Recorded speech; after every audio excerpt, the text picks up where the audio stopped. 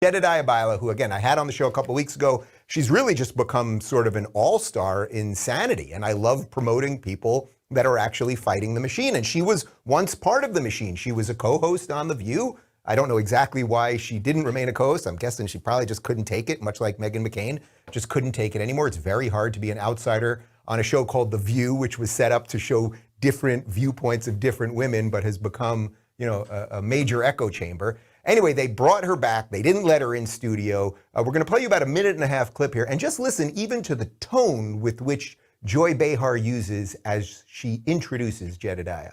Okay, Jed. So let's discuss. Yeah. Let's address the elephant in the room, because you were supposed to join. You were supposed to join us in the studios weeks ago, but you couldn't because ABC has a very strict policy. You can't get into this building unless you're fully vaccinated. Everybody in this room knows that and is vaccinated. But you made a conscious decision not to get the vaccine. Now, the CDC says a person is 10 times less likely to be hospitalized from COVID and 11 times less likely to die if they've gotten the vaccine. Okay, so why didn't you get it?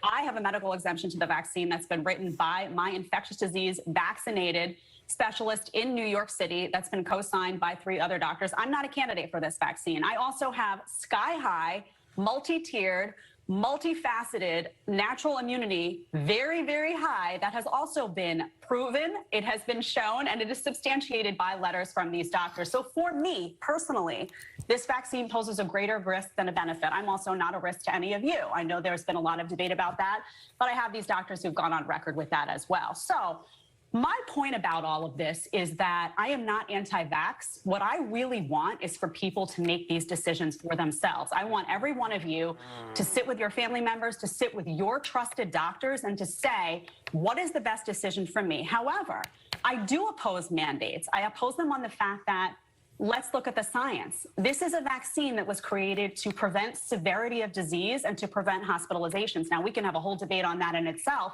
but the vaccine does not prevent you from getting COVID and does not prevent you from transmitting COVID. Oh, my goodness.